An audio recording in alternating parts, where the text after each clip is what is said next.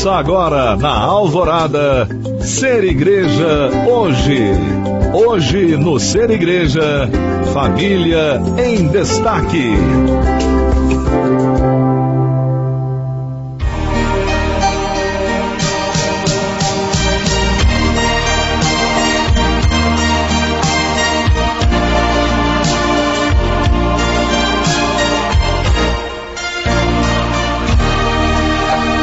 Boa noite, queridas famílias. Estamos no ar com mais um programa Ser Igreja Hoje, Família em Destaque. Eu me chamo Carlos e nós estamos aqui, hoje estou sozinho aqui no estúdio, com meu amigo Carlão aqui na parte técnica, que a Patrícia está em outra reunião pela Pastoral Familiar e o Gabriel está em viagem trabalhando, E hoje, como de costume, nos nossos últimos programas, estamos continuando então a catequese sobre a exortação apostólica Amoris Laetitia. E nós vamos então chamar agora de Curitiba o nosso amigo diácono Juarez. Boa noite, Juarez. Boa noite, Carlos. Como é que vamos por aí? Tudo bem? Tudo bem, graças a Deus, e o senhor? Ótimo. Então, por aqui também tudo tranquilo. Que bom. Então vamos dar continuidade então a essa maravilha de estudo, Ok.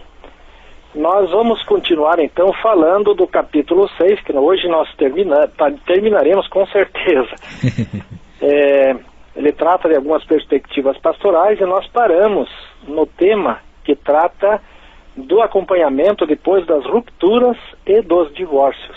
Certo. É uma parte bastante interessante também, em que os padres sinodais, diz lá no parágrafo 245, puseram em evidência também as consequências da separação ou do divórcio sobre os filhos. Sim. Em todo caso, são vítimas inocentes da situação. Respinga nos filhos, não tem nada a ver, mas sempre sobra para eles. Sim. Acima de todas as considerações que se queiram fazer, eles são a primeira preocupação que não deve ser ofuscada por nenhum outro interesse ou objetivo. Aí o Papa lhe dá ele usa o jeito de escrever, assim, parece que ele está falando exatamente, diretamente com a gente. O documento inteiro é mais ou menos assim, mas tem alguns trechos que parece que é mais visível, mais transparente esse posicionamento do Papa. Como um pai, Ele fala assim: peço aos pais separados, eu até grifei aqui, nunca tomeis o filho como refém. Verdade. Separastes-vos devido a muitas dificuldades e motivos. A vida deu-vos esta aprovação, mas os filhos não devem carregar o fardo desta separação. Que eles não sejam usados como reféns contra o outro cônjuge, mas cresçam ouvindo a mãe falar bem do pai, embora já não estejam juntos, e o pai falar bem da mãe. A recomendação é interessante, mas dependendo às vezes da situação, parece que isso se torna completamente difícil de fazer, Principalmente porque não existem muitos atritos entre os dois que se separaram. Verdade. Mas é uma recomendação muito sensata do Papa Francisco. É irresponsável arruinar a imagem do pai ou da mãe com o objetivo de monopolizar o afeto do filho para se vingar ou defender, porque isso afetará a vida interior daquela criança e provocará feridas difíceis de curar. Claro, isso é um fato. Aí ele mostra como nós podemos evitar que os filhos fiquem magoados pela separação. Já começa falando nesse 245 e continua no 246. A Igreja, embora compreenda as situações conflituosas que devem atravessar os cônjuges, não pode cessar de ser a voz dos mais frágeis, os filhos, que sofrem muitas vezes em silêncio. Hoje, não obstante a nossa sensibilidade aparentemente evoluída, e todas as nossas análises psicológicas refinadas, pergunto-me se não nos entorpecemos também relativamente às feridas da alma das crianças. Sentimos nós o peso da montanha que esmaga a alma de uma criança, nas famílias onde se maltrata e magoa até quebrar o vínculo da fidelidade conjugal? Tais experiências ruins não ajudam essas crianças a amadurecer para serem capazes de compromissos definitivos. Por isso, as comunidades cristãs não devem deixar sozinhos os pais divorciados que vivem numa nova união. Olha aí a responsabilidade da comunidade. Lembrar mais uma vez disso. Isso. Pelo contrário, devem integrá-los e acompanhá-los na sua função educativa. Aliás, Como poderíamos recomendar a estes pais que façam todo o possível para educar os seus filhos na vida cristã, dando-lhes o exemplo de uma fé convicta e praticada, se os mantivéssemos à distância da vida da comunidade como se estivessem excomungados? Não teria lógica, não teria sentido, uma coisa fora de propósito. Isso. Devemos proceder de modo que não se acrescentem outros pesos àqueles que os filhos, nestas situações, já têm que suportar. Ajudar a curar as feridas dos pais e sustentá-los espiritualmente é bom também para os filhos, que precisam do osso familiar da igreja que os ampare nessa experiência traumática. O divórcio é um mal. Por mais que tem gente que às vezes, mas não pode falar isso. É um mal de fato. Às vezes ele é necessário, mas é um mal. E é muito preocupante o aumento do número de divórcios. Por isso, sem dúvida, a nossa tarefa pastoral mais importante relativamente às famílias é reforçar o amor e ajudar a curar as feridas para podermos impedir o avanço deste drama do nosso tempo. Depois o Papa troca de assunto aqui um pouquinho, falando dos casamentos entre católicos e não católicos, que tem, de fato, muitos desafios especiais. As problemáticas relativas aos matrimônios mistos requerem uma atenção específica. Os matrimônios entre católicos e outros batizados, na sua fisionomia particular, apresentam numerosos elementos que convém valorizar e desenvolver, quer pelo seu valor intrínseco, quer pela ajuda que podem dar ao movimento ecumênico. Com tal finalidade, procure-se uma colaboração cordial entre o ministro católico e o não católico, desde o momento da preparação para o matrimônio e para as núpcias. A respeito da partilha eucarística, recorda-se que a decisão de admitir ou não a parte não católica do matrimônio à comunhão eucarística deve ser tomada em conformidade com as normas gerais existentes na matéria, tanto para os cristãos orientais como para os outros cristãos, e tendo sempre em conta esta situação particular, ou seja, que recebam o sacramento do matrimônio cristão dos cristãos batizados. Embora os esposos de um matrimônio misto tenham em comum os sacramentos do batismo e do matrimônio, a partilha da Eucaristia não pode deixar de ser extraordinária e, contudo, devem ser observadas as disposições indicadas. Os matrimônios com disparidade de culto constituem um lugar privilegiado de diálogo interreligioso. Comportam algumas dificuldades específicas, tanto no que se refere à identidade cristã da família, como no que diz respeito à educação religiosa dos filhos.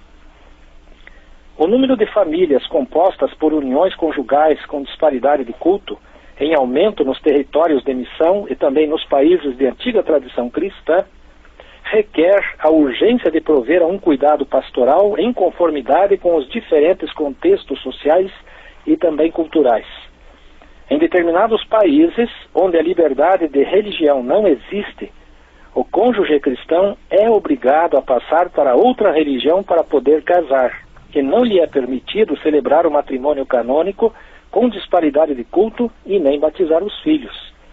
Por conseguinte, devemos reiterar a necessidade de que a liberdade religiosa seja respeitada em relação a todos.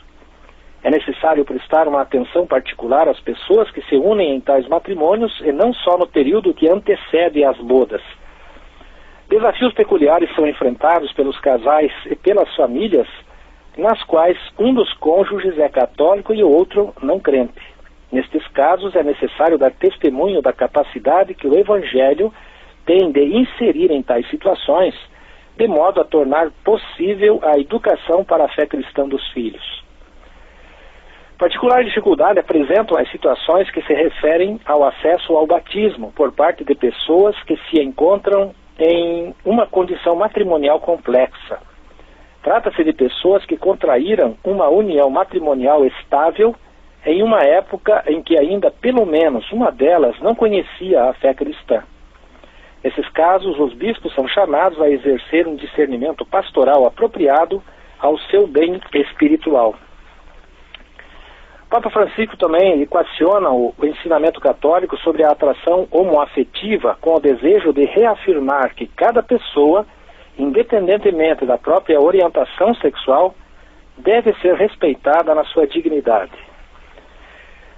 O número 250, parágrafo 250, trata dessa questão.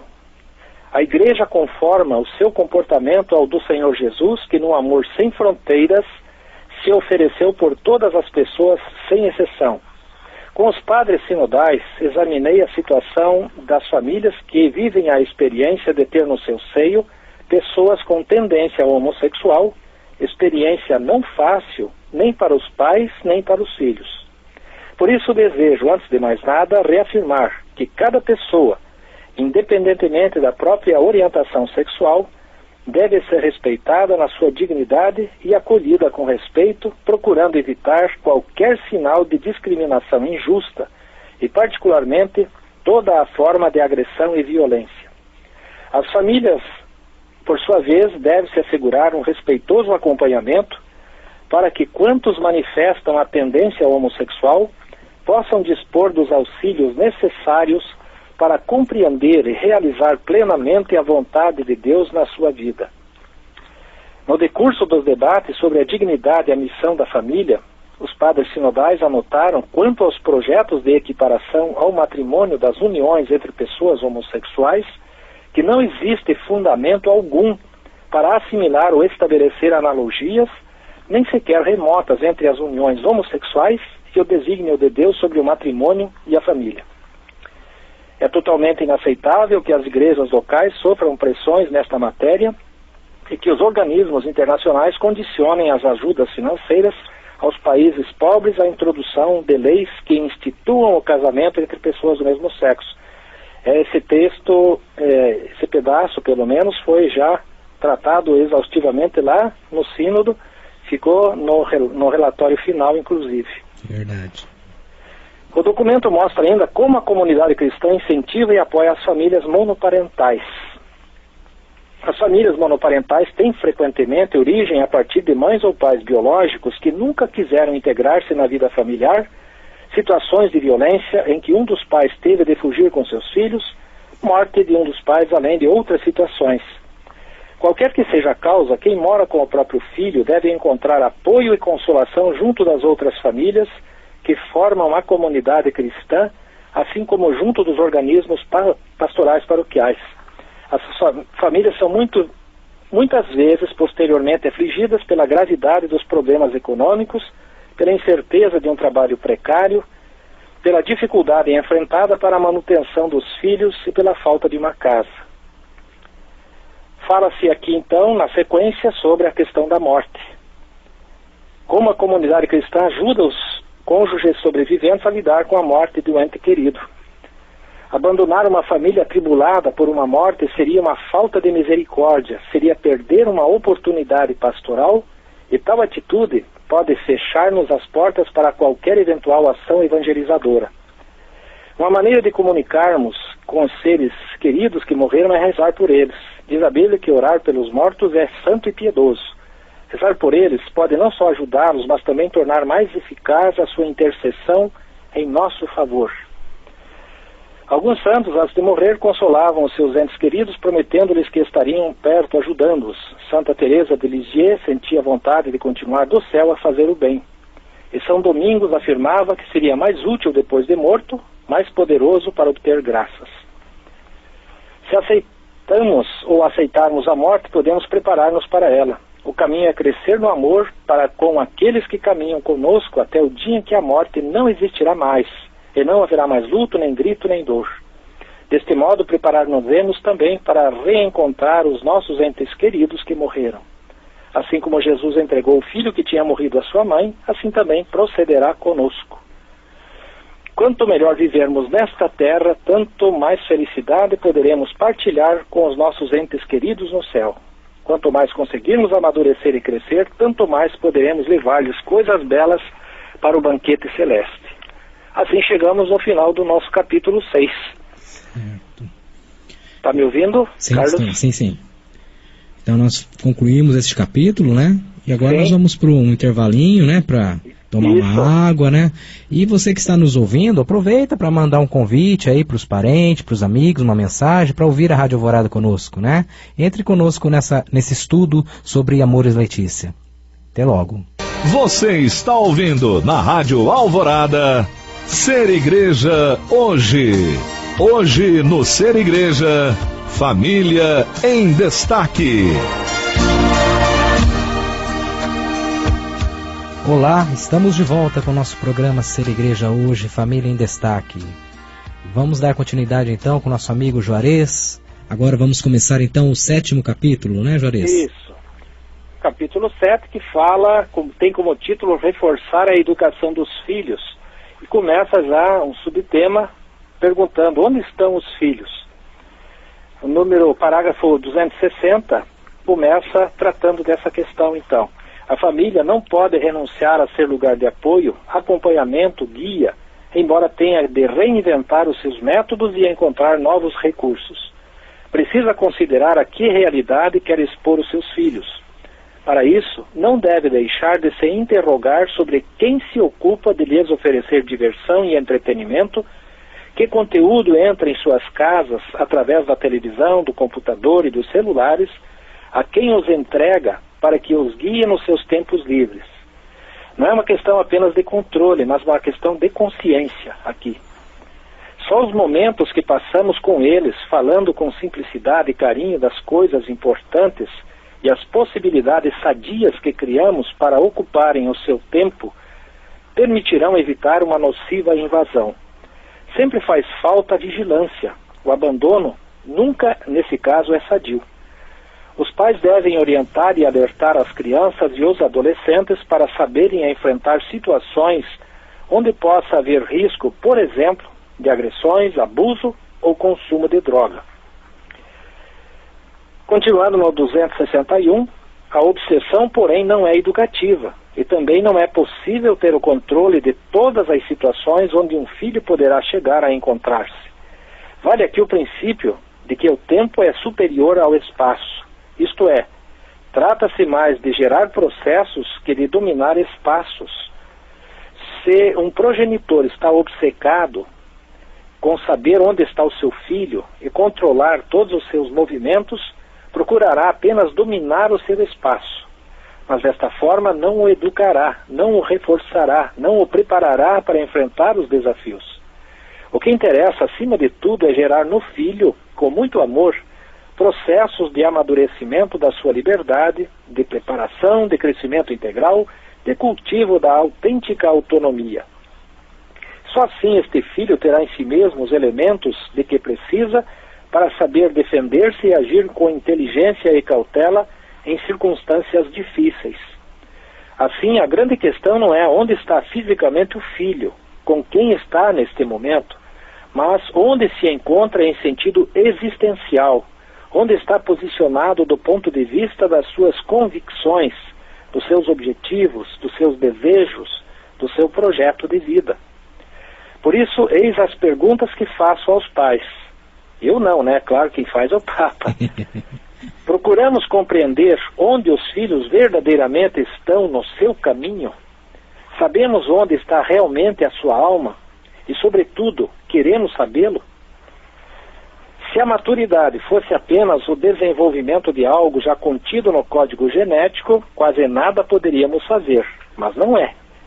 A prudência, o reto juízo e a sensatez não dependem de fatores puramente quantitativos de crescimento, mas de toda uma cadeia de elementos que se sintetizam no íntimo da pessoa, mais exatamente no centro da sua liberdade. É inevitável que cada filho nos surpreenda com os projetos que brotam desta liberdade, que rompa os nossos esquemas. E é bom que isso aconteça. A educação envolve a tarefa de promover liberdades responsáveis que nas encruzilhadas saibam optar com sensatez e inteligência. Pessoas que compreendam sem reservas que a sua vida e a vida da sua comunidade estão nas suas mãos e que esta liberdade é um dom imenso. Depois, trata-se da formação ética dos filhos. Os pais necessitam também da escola para assegurar uma instrução de base aos seus filhos, mas a formação moral deles nunca a podem delegar totalmente. Ou seja, a escola não substitui a responsabilidade dos pais. O desenvolvimento afetivo e ético de uma pessoa requer uma experiência fundamental. Crer que os próprios pais são dignos de confiança. Isso constitui uma responsabilidade educativa. Com o carinho e o testemunho, gerar confiança nos filhos, inspirar-lhes um respeito amoroso. Quando um filho deixa de sentir que é precioso para os seus pais, embora imperfeito, ou deixa de notar que nutrem uma sincera preocupação por ele, isto cria feridas profundas que causam muitas dificuldades no seu amadurecimento. Esta ausência, esse abandono afetivo, provoca um sofrimento mais profundo do que a eventual correção recebida por uma má ação. Parágrafo 264 diz que a tarefa dos pais inclui uma educação da vontade e um desenvolvimento de hábitos bons e tendências afetivas para o bem.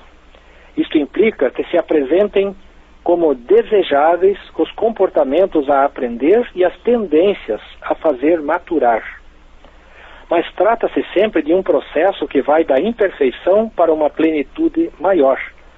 O desejo de se adaptar à sociedade ou o hábito de renunciar a uma satisfação imediata para se adequar a uma norma e garantir uma boa convivência já é em si mesmo um valor inicial que cria disposições para se elevar depois rumo a valores bem mais altos.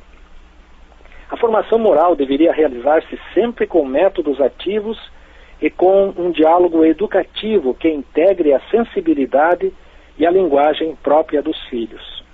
Além disso, essa formação deve ser realizada de forma indutiva, de modo que o filho possa chegar a descobrir por si mesmo a importância de determinados valores, princípios e normas, em vez de lhes impor como verdades indiscutíveis.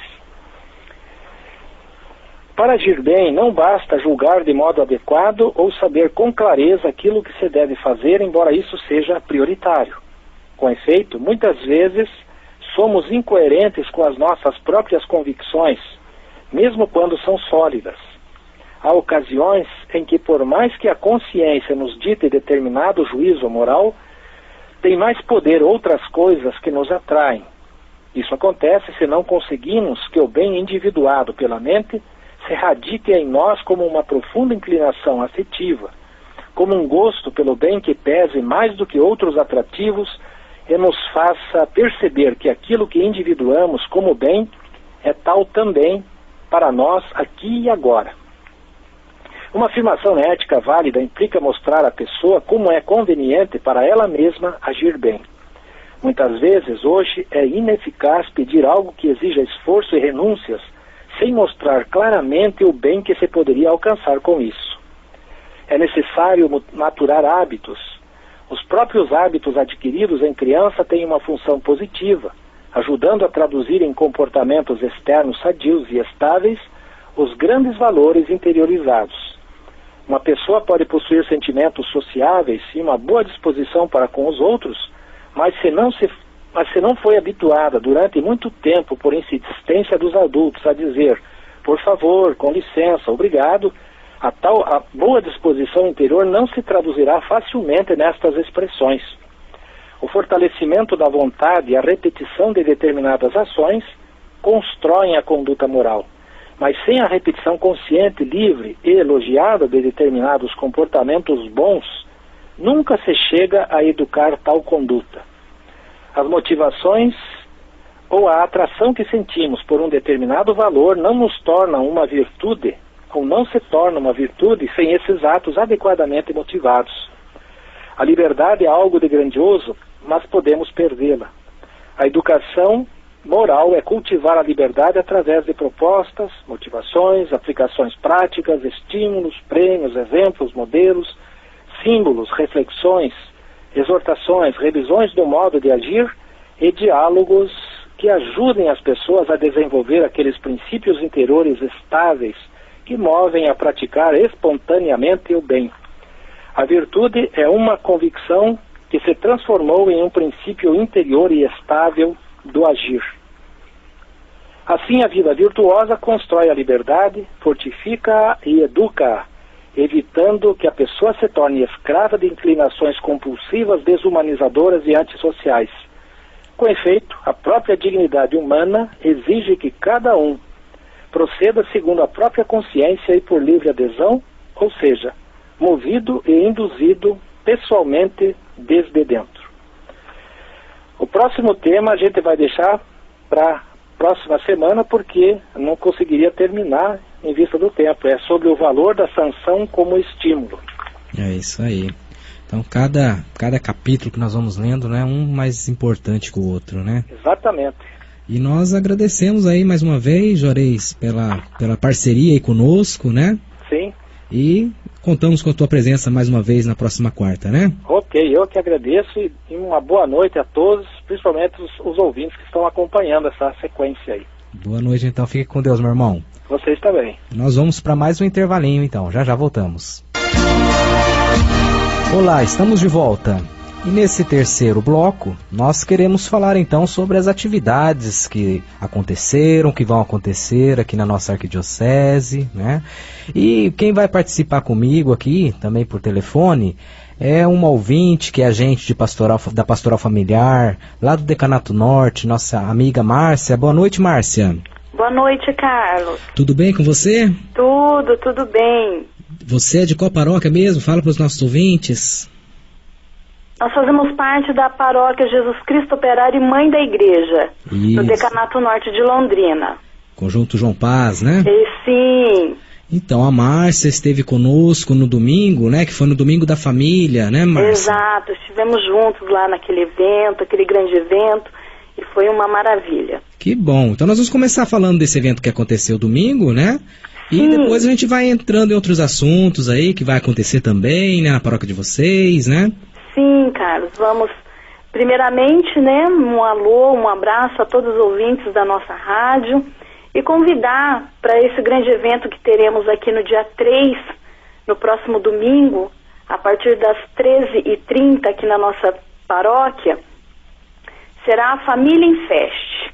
Então teremos conosco o casal Marcos e Renata da Canção Nova, que vem fazer uma abordagem referente ao amor, o amor familiar, o amor do casal, que diante de tantas tempestades que as famílias vêm passando, e eles dando um grande testemunho de vida. Então a Renata e o Marcos Antônio da Canção Nova, estará conosco nesse dia. Que legal, hein? E está sendo bastante anunciado aqui na Rádio Alvorada também, né? Sim, a toda a Arquidiocese de Londrina, a todos os ouvintes, enfim, venha com a sua caravana para esse grande dia, e nós estamos aqui aguardando toda a presença de toda a família, né? A família em geral, né? Teremos aqui a praça de alimentação, que vai servir toda a comunidade, e nós vamos começar a partir das 13h30 e terminaremos com a Santa Missa às 17 horas. Que legal. E tem algum custo esse evento, Márcia? Não, não tem custo nenhum. Certo. Simplesmente a presença, né, da família em si. Será um momento, né, esse é um projeto da Pastoral Familiar aqui da nossa região, que esse evento permaneça todos os anos, né? Certo. E será o primeiro ano que nós vamos fazer, né, com esse acompanhamento desse casal da Canção Nova, e os próximos anos também estaremos juntos. Então contamos com toda a nossa comunidade, Londrina e região, para que venha com a sua caravana fazer parte dessa história. Então, é para todas as famílias que estão nos ouvindo, né? Já reserve já a sua agenda domingo à tarde, ó. Almoça, depois do almoço já vai lá para a paróquia então, né? Para participar do Família em Feste, né? Isso mesmo. Que legal, muito legal essa ideia de vocês, né? E com certeza vai ser um sucesso, né? Com certeza, já é um sucesso. Isso aí, Deus vai abençoar, né? Já quem está organizando aí o evento, né? O Espírito Santo já está agindo, né? E com certeza muitas famílias serão abençoadas aí com a pregação desse casal e tudo o que vai acontecer aí nesse evento, né, Márcia? Com certeza será um evento assim para marcar o Decanato Norte, Londrina e região. Isso é e aguardamos toda a família para estar conosco, privilegiando esse momento familiar, esse momento de oração, esse momento de cura. Então aguardando todas as pessoas que venham fazer parte dessa história. Que legal, muito legal. Então fica o convite para todos. Sim, fica o convite para todos. Isso, agora vamos então falar um pouquinho do Domingo da Família que aconteceu, que vocês estiveram presente conosco, né, Márcia? Sim, foi lá muito na paróquia Santa Cruz. Isso, Santa Cruz, que foi na capela Maria Mãe dos Homens. Isso. O que você achou, Márcia? Quais que foram assim, os pontos mais importantes que você gostaria de focar aqui? Sim, eu achei a iniciativa, né, essa formação, na verdade, ela foi muito importante para nós, a gente. Foi abordado o pré, o pós-casamento e casos especiais mais específicos. Sim. Então, que a nossa igreja, o nosso chamado, o nosso Papa, que vem dando uma atenção a esses casos especiais. E ali, passo a passo, foi passado, né, toda a formação para nós, a gente, para dar continuidade, né, na messe do Senhor. Isso mesmo, né? E foi legal que várias pessoas de várias paróquias ali da região, né, estiveram presentes, né, e puderam até mesmo partilhar, porque não foi só nós da comissão, né, que fomos levar, na verdade nós fomos ali partilhar, né? Partilhar, exatamente. E várias pastorais de várias paróquias puderam também contribuir com os trabalhos que têm feito nas suas paróquias, né? Isso é muito legal, né? Isso é muito legal, né? Então a gente observamos que assim, movimentos e pastorais unidos, né, com um só objetivo, né? Isso. Trabalhar na messe do Senhor para as famílias. Verdade. As famílias que tanto precisam e necessitam. Legal. E começamos com a oração, né, conduzida pelo casal Marcos e Alessandra, que são do Ministério pelas Famílias, da RCC, né? Sim. Em seguida, o nosso padre assessor Mauro Pedrinelli fez uma bela reflexão do Evangelho do Dia, né? Sim, isso é verdade. Deu uma força para nós, né, para nós que trabalhamos com as famílias, né? Sim. E em seguida nós então partilhamos então um pouco do trabalho de cada setor, né? De cada setor. E também depois os movimentos também puderam se apresentar também, né? Foi muito importante isso, legal, né? Dando toda a continuidade nessa formação, junto com todos as pastorais e movimentos que trabalham com a família e para que a gente possa estar sempre em sintonia, né? Verdade. Trabalhando sempre junto para que a gente possa sempre alcançar esse objetivo que é atingir, ajudar, estar junto com as famílias. Certo, Márcia. Agora me conta um pouco como que está a pastoral familiar aí na paróquia Jesus Cristo Operário, como que está os trabalhos aí que vocês estão realizando, além, lógico, desse evento maravilhoso que vocês estão preparando aí, né? Como que tem sido o trabalho de vocês aí? Então, está bem corrido. Nós temos em torno mais ou menos de 8 casais, né? Certo. Aqui na nossa paróquia. Certo. E nós trabalhamos juntos, na verdade, tanto nos encontros de noivo, quanto nos encontros de legitimação. Certo. E sim, quando trabalhamos com casos especiais, nós trabalhamos no Decanato Norte em geral. Certo. Então o trabalho é bem assim dividido, né? Dentro das possibilidades de cada casal e o dom de cada casal. Certo. Enfim, trabalho nós temos bastante aqui no nosso decanato, né? Bastante mesmo. E graças a Deus estamos caminhando. E nesse primeiro semestre, assim, o que você acha assim, de destaque que aconteceu aí, que a Pastoral Familiar realizou, além desse evento agora que está para acontecer, né? Sim, nós tivemos agora no mês de maio o encontro nosso de legitimação. Certo. Aqui na nossa paróquia. Com 10 casais que estiveram, né, conosco e com a preparação, inclusive, do casamento comunitário que será no mês de agosto. E nós já iniciamos toda a tarefa da Semana da Família, que vai acontecer agora no mês de agosto também. Legal. E junto, né, com esse grande evento, Família em Fest, e já entramos aí já com a preparação do curso de noivos. Então temos bastante trabalho aí pela frente. Nem bem termina um, né, já está preparando o outro, né? Exatamente, já estamos já com a mão na massa, né? É verdade. E fora que cada casal ainda tem a sua atividade em pastorais aqui do nosso decanato, enfim, da nossa paróquia. temos ministros, enfim, temos catequistas, e assim estamos juntos. Sempre está em mais de uma, né? Sim, Porque exatamente. falta pessoas, né, para trabalhar na igreja, Falta pessoas, né? você que está nos ouvindo, né, Isso. venha fazer parte dessa história também Aí, ó, conosco. quem mora lá na região, lá, né, do João Paz, ó, quer participar na Pastoral Familiar, aqui a Márcia tá abrindo as portas aqui para vocês. Que você more aqui na região, João Paz, Semiramis, Violim, venha fazer parte aqui, o Sebastião de Melo. Isso aí. Venha junto conosco aqui, estamos precisando de casais. Enfim, a Pastoral Familiar, ela não é composta somente de casais, mas aqueles que sintam no coração o desejo de vir trabalhar, as portas estão abertas. Exatamente, né? E aproveitando até o gancho que a Márcia comentou, né, sobre a preparação para a Semana da Família, nós estamos também na correria, né? Sim. A Comissão Arquidiocesana está terminando de preparar aí, né, fazer os preparativos, né, para dar apoio para as paróquias também, né? Exato. Então, nós estamos finalizando aí cartazes, divulgação, e nos próximos dias vocês terão novidades aí no nosso site, aqui no nosso programa, né, com várias sugestões para as paróquias poderem aí trabalhar durante essa maravilhosa semana, né? Com certeza, isso é muito importante e vem somente somar a todo esse trabalho. Que legal, Márcia. Tá certo. Eu agradeço aí a sua participação, né? E aproveito para mandar um abraço para todos os agentes de pastoral aí da paróquia, né? O padre aí, quem que é mesmo? É o nosso padre, o pároco é o Padre Camilo. Padre Camilo, um abraço para o Padre Camilo também, em nome de toda a Comissão Arquidiocesana. Amém, nós agradecemos, né, todos os ouvintes, a vocês da Rádio Alvorada por estar sempre à nossa disposição, nos ajudando na divulgação de todos os eventos que acontecem aqui na nossa arquidiocese. O nosso muito obrigada. Com certeza, nós que agradecemos a participação, estamos aqui de portas abertas para todos vocês. Obrigada, agradecemos. Deus, minha irmã. Amém, querido. Fica com Deus. Tchau. Então vamos para mais um intervalo e já voltamos com o nosso último bloco. Você está ouvindo na Rádio Alvorada, Ser Igreja Hoje.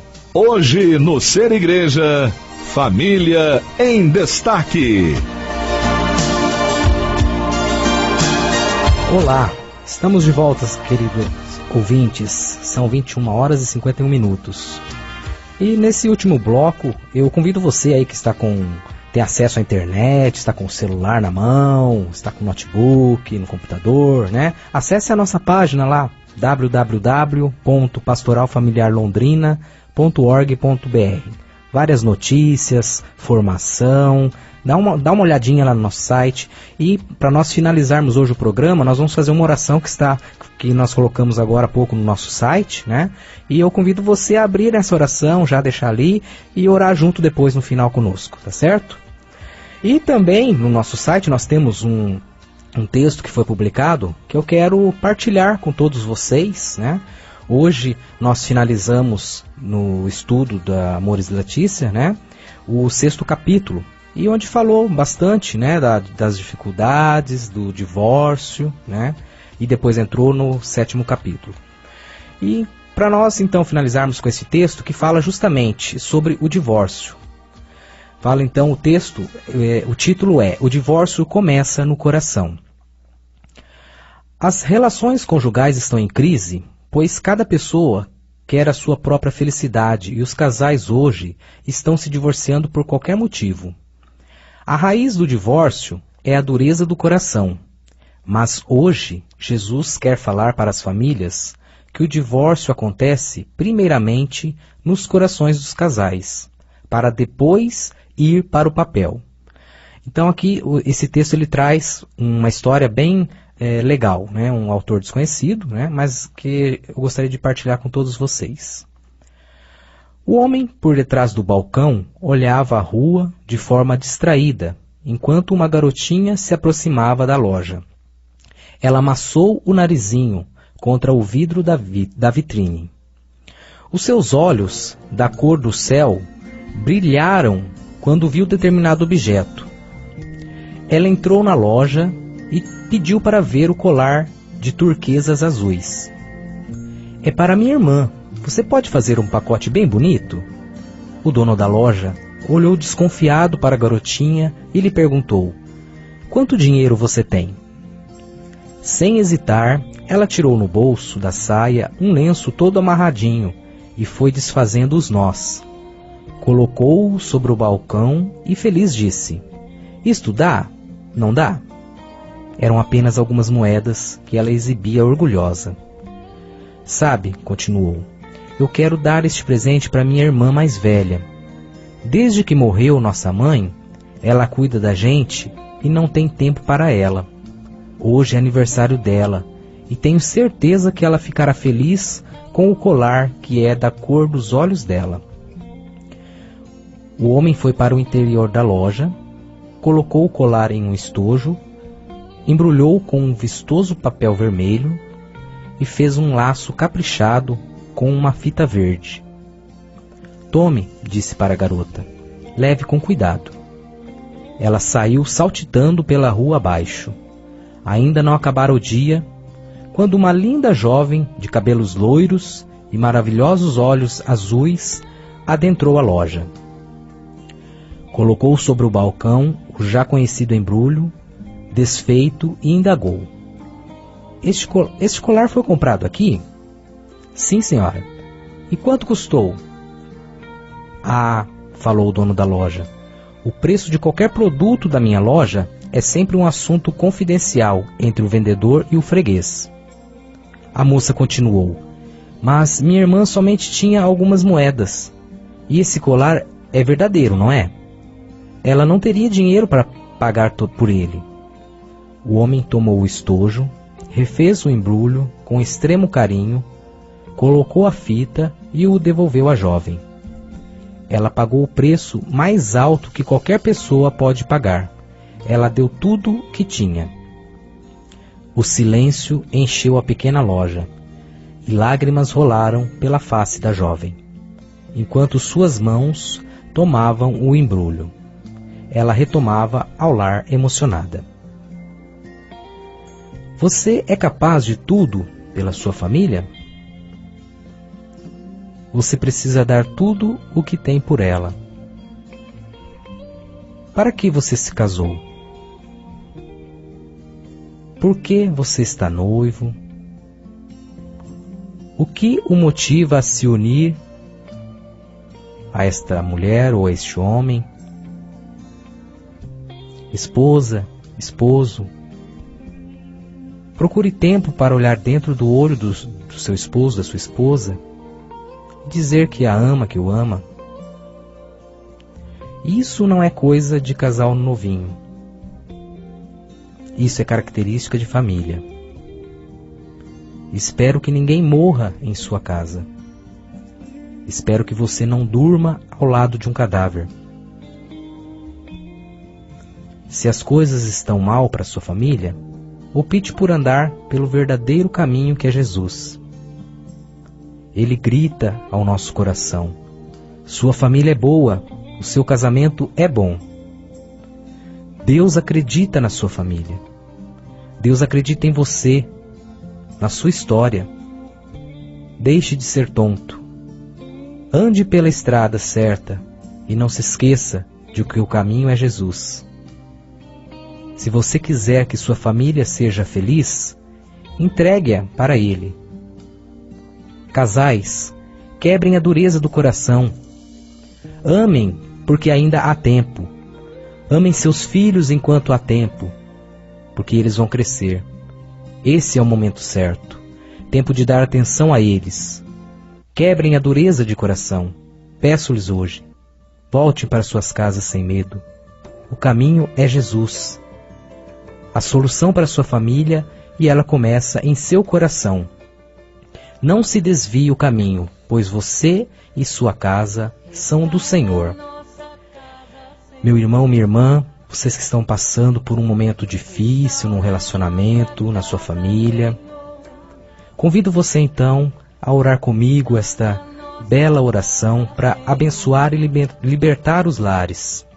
Pedir a paz, pedir que o Espírito Santo dê o discernimento, a palavra certa, que o Senhor habite em vossos corações. Oremos. Visita, ó Pai de bondade, este lar e afasta toda a infiltração do inimigo.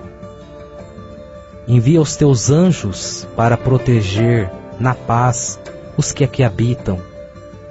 E a tua bênção permaneça sempre conosco. Senhor Jesus Cristo, que ordenaste aos teus apóstolos desejarem a paz nas casas onde entrassem, santifica, te pedimos, este lar, por meio de nossa confiante oração. Afasta todos os maus sentimentos, brigas, infidelidades, vícios, doenças e falta de prosperidade e qualquer outra infiltração maligna presente neste lugar, em alguma pessoa ou objeto. Derrama as tuas bênçãos e dá-lhe paz em abundância. Confirma a tua salvação, como fizeste na casa de Zaqueu quando lá entraste. Encarrega aos teus anjos de protegê-la e de expulsar todo o poder do maligno. Faça que todos os que aqui residem te amem de todo o coração e pratiquem com alegria o teu mandamento de amor. Amém. Queridas famílias, desejo uma abençoada noite, que o amor de Deus possa irradiar cada vez mais na sua família. Até a próxima quarta. Restaura nossa casa, Senhor. Restaura nossa casa, Senhor. Sua bênção derrama aqui. Nossa casa vem reconstruir. Sua bênção derrama aqui. Nossa casa vem reconstruir. Rádio Alvorada, emissora que proclama Maria bem-aventurada.